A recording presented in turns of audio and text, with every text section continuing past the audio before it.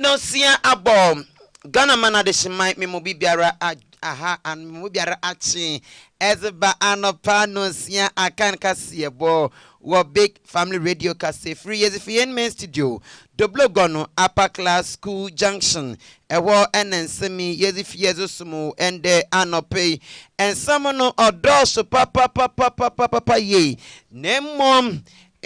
da odmu akotano ena yedi ebro dodum akotin ebi onye day Ghana man panyin yero Yohani Dramani Mahama wapa wikubi our National Development Planning Commission ena fe so wapa wotama ode sama would be at one enyim Youth Development Minister also apawo oye National Surveys Authority Board and wotama no pay yede en munchemu April na amrado ezeman kapumpuni mantomum wa sha se orobonto wan krankodu maha wono wa age kwanya afa no wa pamo ni nyina busuam yazi ebi bosumo kase bomu yekopo emu wo akomfi ameyo SHS a wonne tibia na yebia wo me no ontwe ye kura yebokọ akwaji eho amane bom wo ensan fofrom enso no wo gba manze da danu kweside insubrania oyi ni tiri ya wa ma amanfo bebre wono atochime enimpa baye mpem aye baasa ena wunye bebi emfa wontir nto ensam no bi me kanyi ho ena ya baba na mazabo somde anapa no sia akan kase bo wo big family radio kasa free na kase bo ebe ya wodo na etum etie menim aye wodo ye pa ena ono ze me kanfom dim herbal for amon and one adwuma wo ye bi wasa yerba wodo bebre wona aso ne ye ebi diabetes low sperm count ulcer typhoid fever waist pains look and afen so ebani yerba wodo bebre a wo ni na wasani na bi ewo wo oye pokuase festus no wo phone was 054 1816142 054 1816142 Bomazana phone and want to treat income. What's where your home service nature the ebia make us say we are ban miss motno into Munkonation yet from 19 now one got one brefie now much we are ban emo kama na won't enju figure baby out it wo one you for what for some mate ain't Fred dim heba foam na and one inkita or so wow my dom. Na me can for oye MB cakes and pastries, MB cakes and pastries, na mezamo, urban wedding cakes, engagement cakes, birthday cakes, and have a meat pie, fish pie, vegetable pie, samosa, spring rolls, where ni na be home was also where decorations, area wedding epe decorator papa, no so obayamo, a ye, baby a benye decorator papa bianum, me pocho MB cake and pastries, ewa won so what to my boy ye pam, what the blog on a chairman, quantum ponoda a chairman. One night I infino. And I will need the enemy share from 1055 8095018 055 8095018 MB cakes and pastries no but must not from one na anyone entry and come mom. Root fashion and deco so yan kan cho dem won so ebia decorate papa bi no wa decorate wedding na say reception so your conference decoration be a decoration and put the birthday decoration outdoor naming ceremony decoration me pochom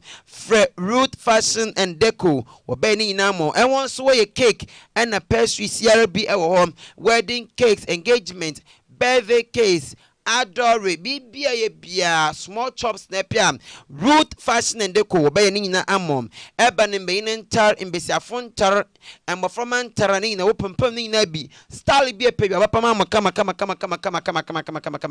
se pe wedding gown epe engagement dress birthday dress dinner wear ni na no root fashion and deco obey ni na amom papa traditional dressing ebia pe dress ahema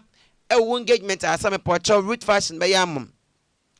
epeda address wu chrome dressing na de edit kowa won mu me pocho root fashion obani na bi amon ewon so wo achiaman oye the blogon kwan do cemetery junction ehon wo from 025 7725304 025 7725304 and 053 1576877 053 1576877 Bomazan na for root fashion and deco na and one to enkomom kasi boy streaming live on Facebook na or your big family radio and I face so YouTube big family radio and big family TV you streaming live home jeber na adajer na won so kakin kan bi and ketie kase baby na for wadwen che efo ho emayan mejeber na adajer na makin kan yina da medi amafo wadwen che fabram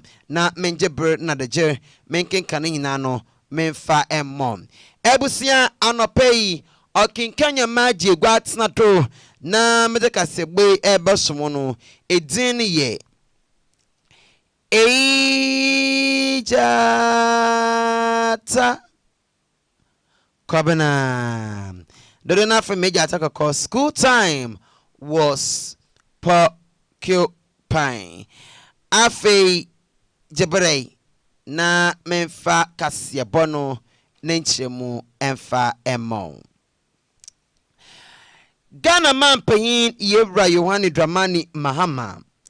And da opa jumedi bi wotam oye National Development Planning Commission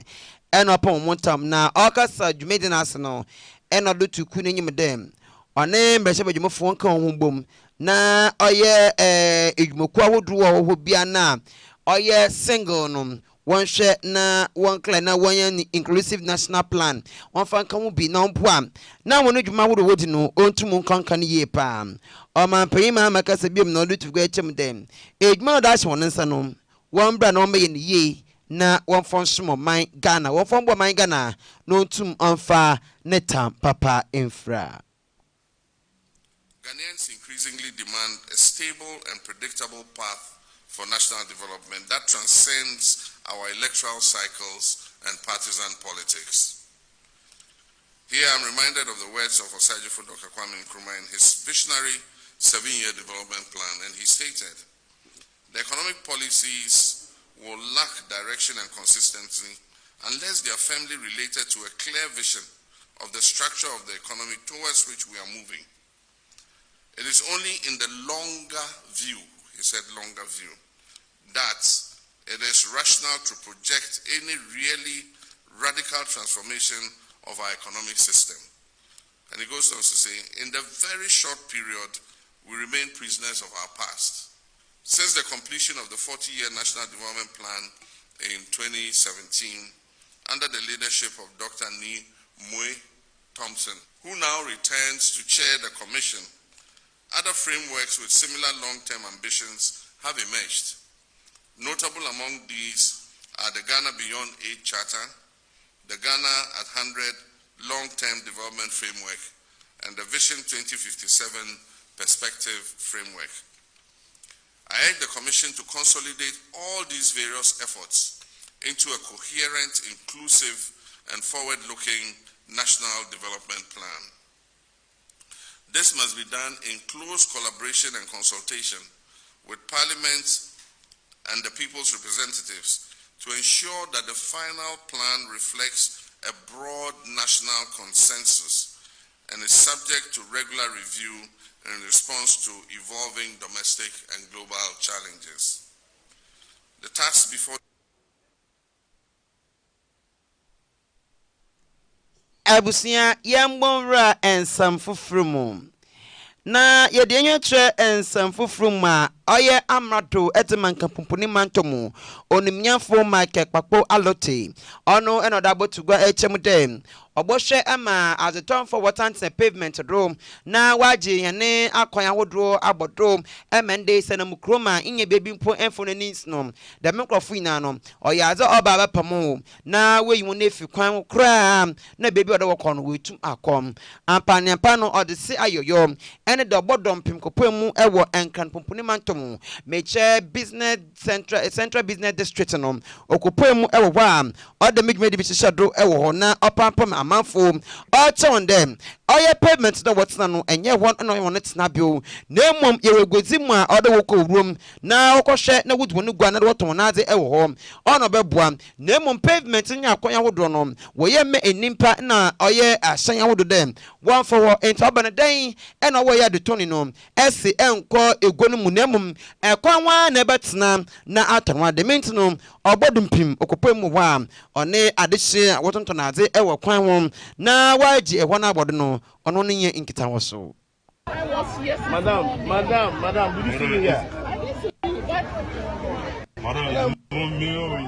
I'm trying to listen to you. I was here this morning. Yeah. I said I'm going to make a line. You can have the TV stations. I said I'm going to make a line for them. We have not done any line. So please don't make their problem worse. I'm not making their problem. So just tomorrow come back. You see the line. There is. Thank you. You understand now? Na ebusia onechi no egozifu binom sha wakwa no wakopa mu adwumadi na asna na won din kita wos no enwa so waka wona adwuna no da wacha chensem awodo ena ebi mechem da yewra alote Kpakpo Alote yeda as papa adeli yedi oyenyo sha papa o send egozifu na wotonto na de wakwan wono wa men na ebeji shop yi cheka afibia no yentum yento na de papa bia into said the make na bada wo money ye we dey salute ye money yo natural we nwa agipa da ye wura Michael Alote Kpakpo opam egozi funa otonto na do pavement hom ena kwan ho no opam ne fon we nwa agipa papa enti ebimi che wonanyi so ena won na asesronko e de kire no asisa wa ye juma na himsa wa ye no ebe yi somo wa ahumachi sa akosi ene ba e omo ni a so mo hu mi nti no mo ko bombe samba ye wo ha ya da se omo kwa de omo sheja wa ha be ha e store ni boy ente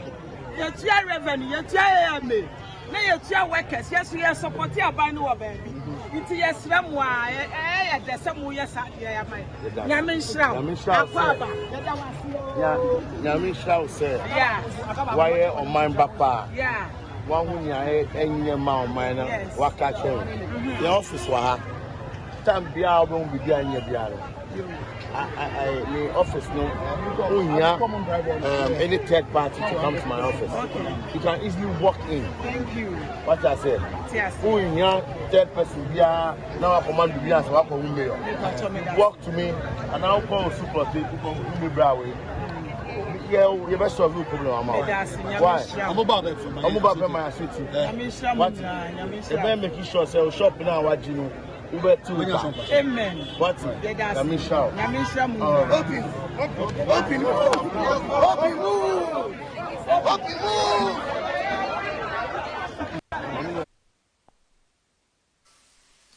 Ghanaians increasingly demand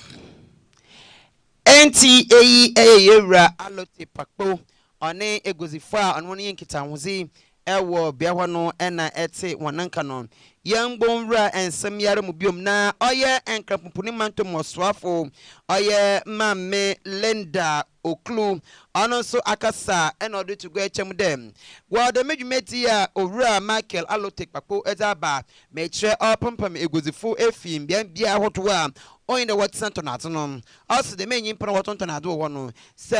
wopam na samba wopam na sanaba eno no de asotwe opa am asotwe wo mo ndem se watchwa ebotua Ghana cedis impeme bien 2000 Ghana cedis na ni nine dem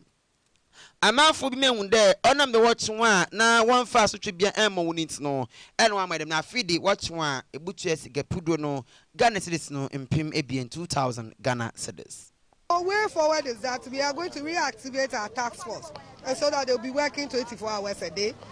They are going to also draw a red line in between the road, and so that when you cross the line, there's a fee that you have to pay. 1,500 maximum to 2,000 Ghana cedis. So next time you wouldn't cross the line. And we are going to make sure that we have leaders in between all the markets who will be responsible aside the task force. The leaders are going to be responsible to make sure that the right thing or they comply with the whatever directive. What is the main motive for this exercise? Oh my dear, initially when you come here, you can take more than 3 hours before you leave. Even if you have siren, you have this motor kit. I mean, it will take you 3 hours, 4 hours before you can even get to your destination. And so these are some of the things, I mean, we intend. And His Excellency, the President also spoke about it. I mean, decongesting Greater Accra for free movement. And so that is basically the reason why we are doing so. Whenever you have a discussion with these traders, the concern they raise is that and all that. How do you respond to such concerns? Like I said earlier, they have spaces in between the markets. I mean, we've met the market leadership and we told the market centers there are a lot of space in between there. And so why can't they move? Those that, yes, we have few people who doesn't have, but I mean, coming close to the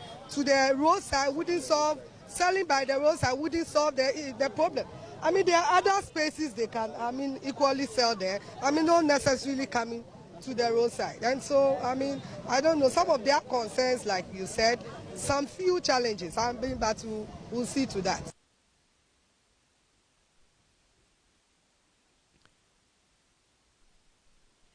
Ebusia yanko and some fufrumu.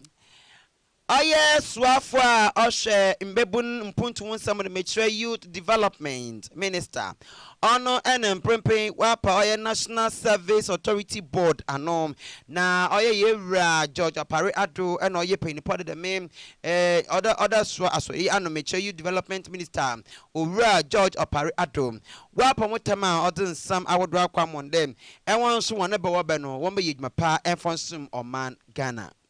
And corruption, particularly the ghost name scandals, have rightly caused panic within the public sector. These issues have undermined the credibility of the scheme and diverted resources that should have been used to empower our young people positively. Therefore, this new board carries a significant responsibility. President Mohammed's government is entrusting you with the task of not only correcting past wrongs, but also reimagining the future of the National Service Authority. Your mandate is to build a National Service Authority that is transparent, efficient, and most importantly, truly serves the interests of the youth of Ghana. I challenge you as an incoming board to focus on these key areas. 1, a systematic overhaul with technology at the forefront. We must address the vulnerabilities in the current system that allowed corruption to take roots. This requires a complete overhaul, leveraging technology to create a more secure and transparent platform. Explore blockchain technology, biometric verification, and robust auditing systems to eliminate all these ghost names and ensure accountability. The National Service Authority should be more than just a year of mandatory service. It should be a year of intensive skills development, preparing our graduates for the challenges of the modern job markets. Partner with industry leaders to offer training programs in high-demand sectors such as technology, entrepreneurship, and renewable energy. Encourage national service personnel to develop innovative solutions to pressing social and economic challenges. Establish a fund to support promising entrepreneurial ventures launched by the service personnel, fostering a culture of innovation and self-reliance. Work closely with government agencies, private sector organizations, and NGOs to ensure that national service personnel are deployed in roles where they can make the greatest impacts. Develop clear performance metrics and provide ongoing support to both personnel and then the user agencies. Yambonra and Sanfufrumu na Yako and Sanfufrumu da.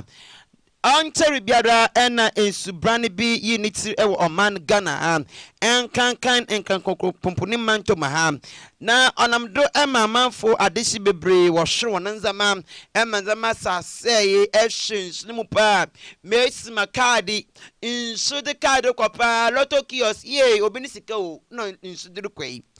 na anamdo ema atorencham buafuku metre nadmofom wadabo gwa chem de enimpa baye mpem ayeba sam ena mpem no kase inso toy dan koside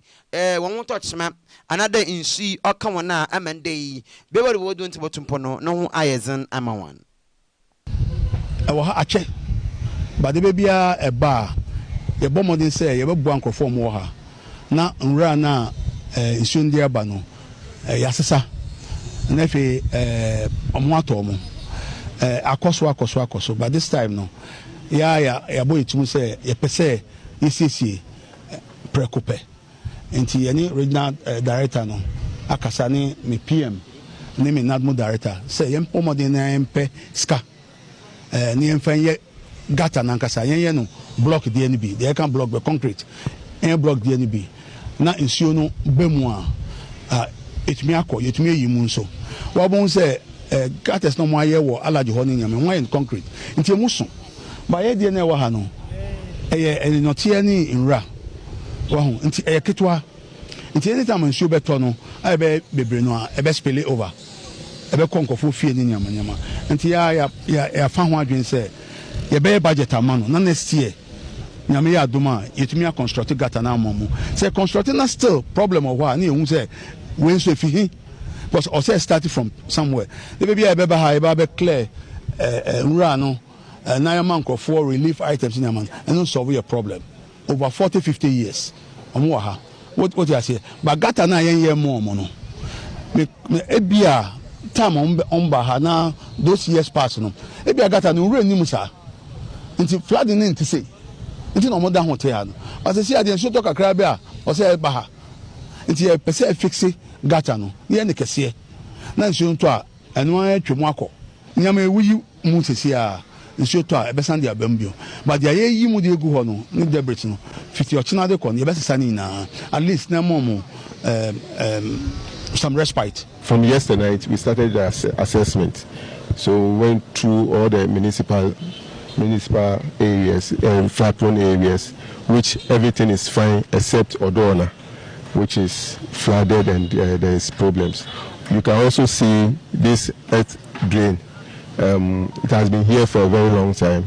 and this time we are not going to say sorry, but we must fix it. We have gathered a report, and we are supposed to send a report to administration. Then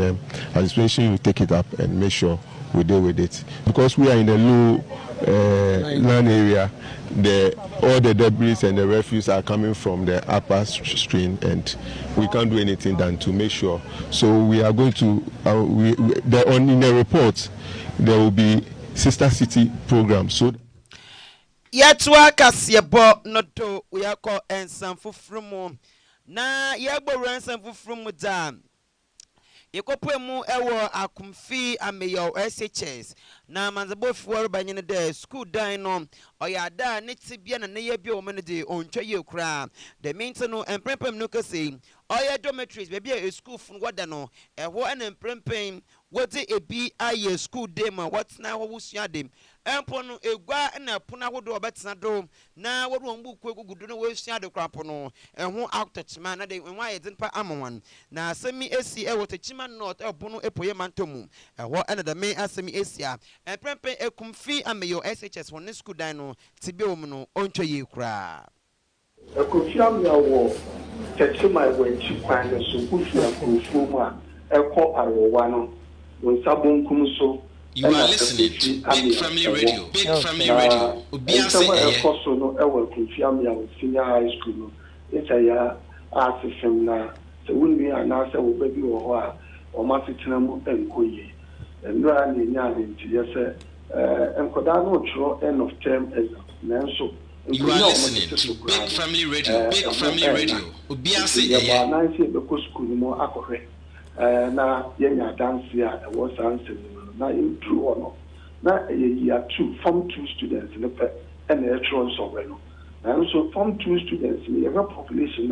na enya ade wakra ye we ebi mo titi bench so ebi mo titi dining hall table so ebi nkonya ebubuo esa ya na omo de slate bi atoso bi aye table na omo tro until we start actually for the way your terminal exams because you need terminal exams so go basic school cry young person will be out of community ya ni yin ko da na kwa ba bonti diafe ni ya space wo mo say be ya copycat dia ema and so we dey we terminal exams ya mo try na obi be say rebu ada na obi abetimi aba upon obi abetimi akopeni ni ya watch yes aba na ewura classroom bia na yemi somebody aye dormitory we were on in fact who bed ba akokra form 3 for the bia no mo de omontro no mo de da ho ne o mo ne bu so nte no mo bed we ya o mo si obi ni bed let's say ya no oda in fact na o ma sitina mo mo de ti school mo go obi be se enkoye na emfata kura se school a nto aso school a o mo baby ebe sura ye hapo me no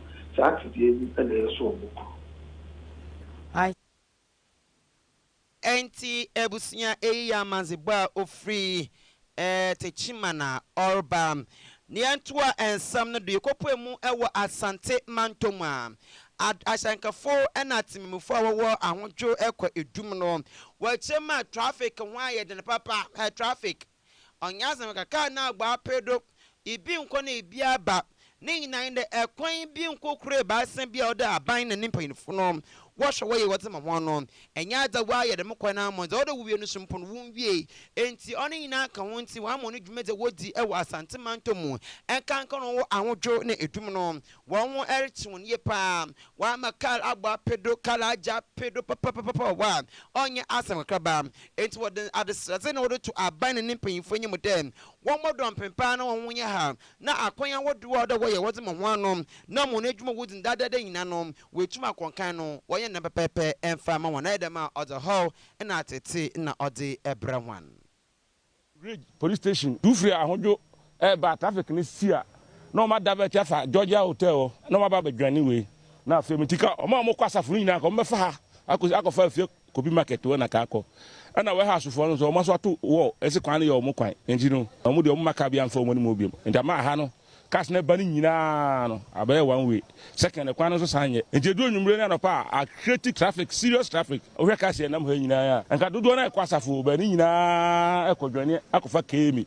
ansa ma ko nti ba traffic no anapa na onwumre nti kwan na so mo yetum na kwan na o mo si no ano se kire no ma ba bridge na a create road na tuma na ma kwan aba na yede akwa abantentem route we route via eboa easy traffic congestion pa before kwa na utimi fa ha kusi abinchi o besia kwa asafo a o hia senka o ba bedwane long traffic queue no na kwa fa ha kwa asafo but we send o masa block the other end o kwa na ekopie abinchi ho na warehouse na o no masi gate a block ho no nti woni option bia say o be fa main nti tembia no na ma congestion na den ai bebre wa say nti se onkomo ani ba ho a ebeboa congestion na wa ha no akwane dia asai nti say roads and highways one bet me abehwe kwan na ma ya anka abe de telephone de so mo komo ye ma ya boy pa cause we no major road aye from a etimi e boy ma edumedi aye di no ekoyi ma ye kakaka se be simple form hwe no mo nye ekwan hase ni ma na wono omo ma ye mfa ye sere omo kwan we di ada ha che first na ka etimi fa hase abinji se warehouse we mu so mo si kwan no Ebusia enti eyi adehye wo asante mantomu ena wode wona no di nsema to go kwan a wode bre ewo ahyen akwan wodo na onye no ena wa amwa kase yatwa ensam no do na oye nana doctor Dabrechie Okatechie Mafo One Doma Kraswa Hine Ono ene mprempe One mpanyinfo abodowa ka ho abom Wahwe ema ade wesi oye sabio Ejana ne bia beye nkokonkokro edu insinya ede ama adehia wo oye Kraso ikro no Modoma Central Municipality anade Doma Central Mason Kroponomo One General Manager Edema Victory Presby Credit Union CEO Edema CEO Edema Kalakuta Foundation School Complex and so on Nkranza Municipal Education Officer form and welcome one boom waste the May 16-seater toilet seat or the ama adeshia wo Kraso Kraso Kronum ewo Doma Central Mason Kroponomu na mefa kwenye so adbo committee for na baso se yɛde yɛni ato fam ɛkɔhia sɛ yɛnyɛ obi ma ne hwɛ so bresanten na yɛnyɛ obi nnɛ na eduru mpɛmpɛnsuo bi mpo a ehu sɛ baabi a ɛmma ɛwɔ kurom ha asiesie yɛ ho ɛnyɛ no ɛyɛ anibrɛ ma ɔmo a ɛnnɛ te sɛ deɛ ohu ne nnɛ yi ɛbrɛ wɔ animu a nipa ɛnam ɔmo so ma yɛtimi nya wei no ɛwɔ sɛ yɛbɔdwa kɛseɛ na yɛhyɛ da ɛbɔ ɔmo aba so ma kuro no ɔmo hu se kuro no ni aso ne ɔmo ayɛ no na ɛnam ahohiahia amti no sɛ yɛka sɛ yɛtwɛn na yɛbɔ sɛ adwa no a anhwɛ yɛ de haw ɛbɛba kuro no mu no nti na yɛtumrika a yɛabɔ mpa yɛ sɛ yɛtimi de gyanabea no ɛyɛ adwuma ne yɛyie na committeefo a mebɔ ɔmo aba so no na ne titiro no yɛnua na kwadwo kyerɛmɛ a baabi ɔwɔ biara no ewo mu se kuro no na eye but eduru baabi a esi nipa baako bi so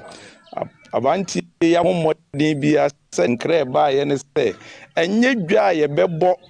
ama ya hyɛda bɔ ne din abɔ na ba so ne hia na mo bɛte sɛ krasofo enye baabi siesie ho no ɛno na ye na hohoahoa ɛyɛ na ni so ɛno nti no ma ye ntwɛn saa bretenten pɛ no na mom ye mie kwan na kraso adehye enya kwan enwura so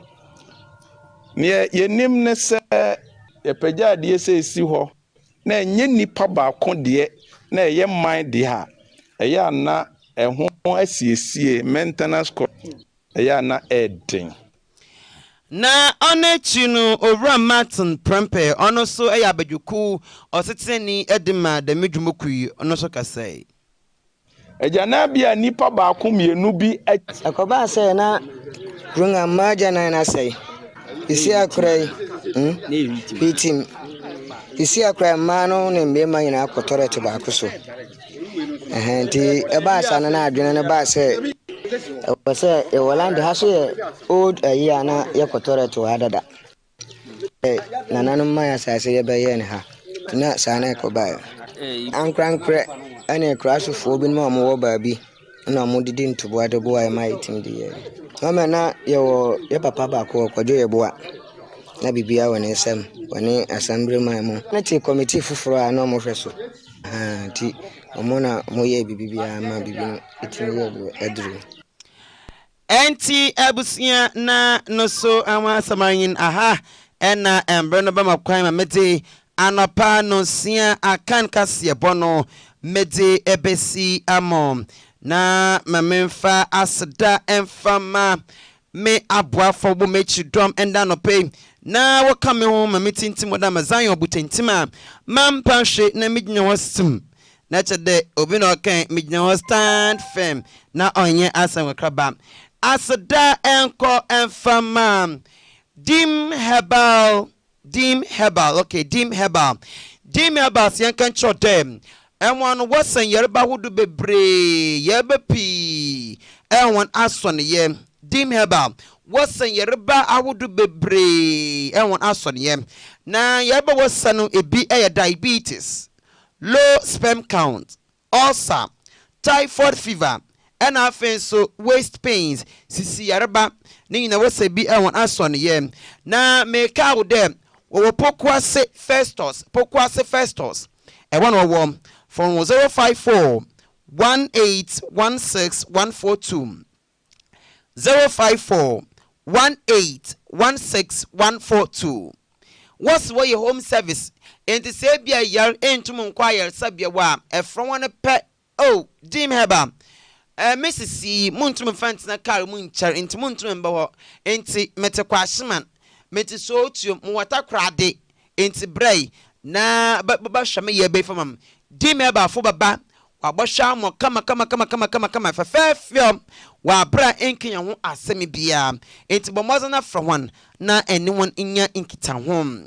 the maran so na MB cakes and pastries MB cakes and pastries Asian can show them separate wedding cake, birthday cake, meat pie, samosa, spring rolls, fish pie, vegetable pie. Even as an epe, me pocho epe pastries pepe.